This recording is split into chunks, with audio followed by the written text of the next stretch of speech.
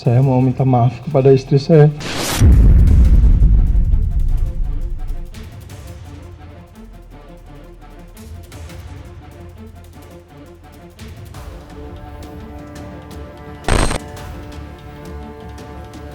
Penyesalan memang selalu datang belakangan. Setidaknya itulah yang kini tengah dirasakan aktor kondang Amar Zoni.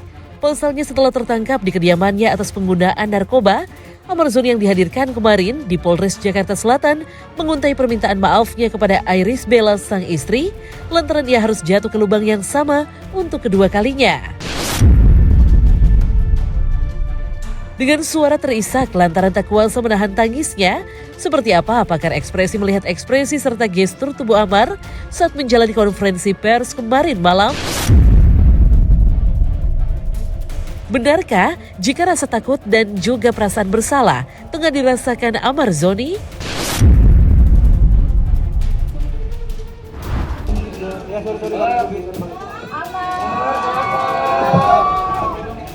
Saya mau minta maaf kepada istri saya. Saya mau minta maaf kepada istri saya. Maafkan saya. Saya minta maaf kepada keluarga saya. Saya mau minta maaf kepada masyarakat semuanya yang sudah kecewa sama saya. Tidak cukup nyaman karena dia agak sedikit menunduk. Itu biasanya orang ciri-cirinya orang takut tuh. Nah, ya itu yang dia nunjukin agak takut, malu itu kelihatan juga dari dari raut wajahnya. Nah, karena kemudian dia baru berani negakin itu dengan dia berusaha busung-busungin gitu kan. Nah itu. Jadi dia ini kan kali kedua dia. Kali kedua kan. Jadi ini pressure-nya juga makin besar sebenarnya buat dia gitu kan. Nah, dan ketika kemudian dan dia nggak berani menatap ke depan, jadi dia natapnya lebih cenderung ke atas.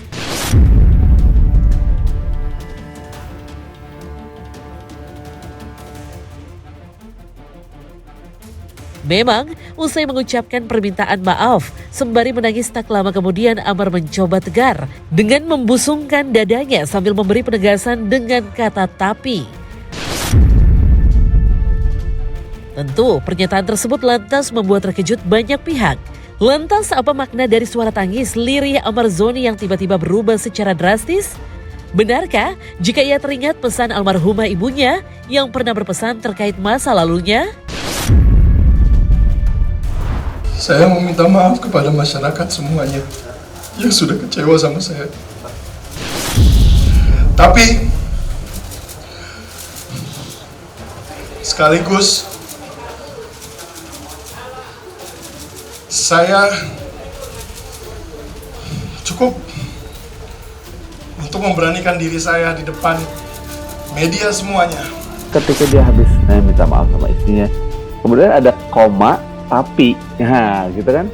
Jadi ada koma dan tapi. Yang tadinya dari yang nangis, terus kemudian state-nya dia berubah jadi berusaha untuk jadi lebih tegak gitu ya. Secara eksplisit atau tidak disampaikan secara jelas apakah dia benar-benar menyesal dalam konteks kekeluarganya ya. Hanya kemudian dia lebih fokusnya kepada ini saya, jadi saya yang mau ini, jadi lebih ke sayanya yang dia sampaikan. Manusia ya gitu ya. Ketika ada persoalan, manusia itu secara emosional atau mental gitu, dia masuk dalam kondisi namanya disequilibrium. Jadi ketidakseimbangan. Nah, umumnya dan secara normal manusia yang sehat mental misalnya, dia harus mengembalikan ketidakseimbangan itu menjadi seimbang, namanya equilibrium. Dia memang nangis dan sangat-sangat menyesal.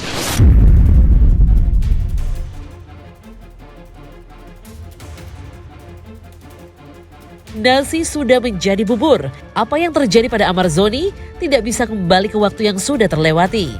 Alhasil, hukuman tengah menanti dan Amar Zoni terancam hukuman penjara maksimal 12 tahun di balik jeruji besi. Lalu, bagaimana Aditya Zoni sang adik melihat sang kakak yang lagi-lagi tertangkap karena narkoba? Ancamannya adalah minimal 4 tahun, maksimal 12 tahun penjara. 12 tahun. penjara. Aman gimana keadaannya? Doain yang terbaik ya. Alhamdulillah sehat, baik-baik aja. Doain aja yang terbaik.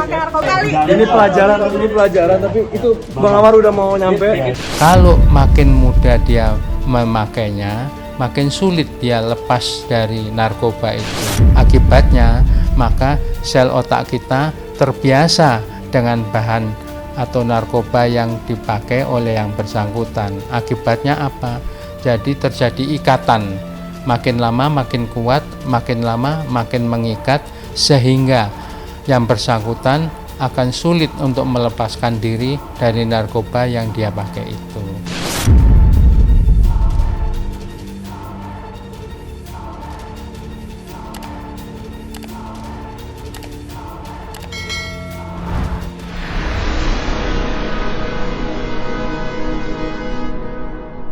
Jadi jangan lupa untuk subscribe Cumi Cumi.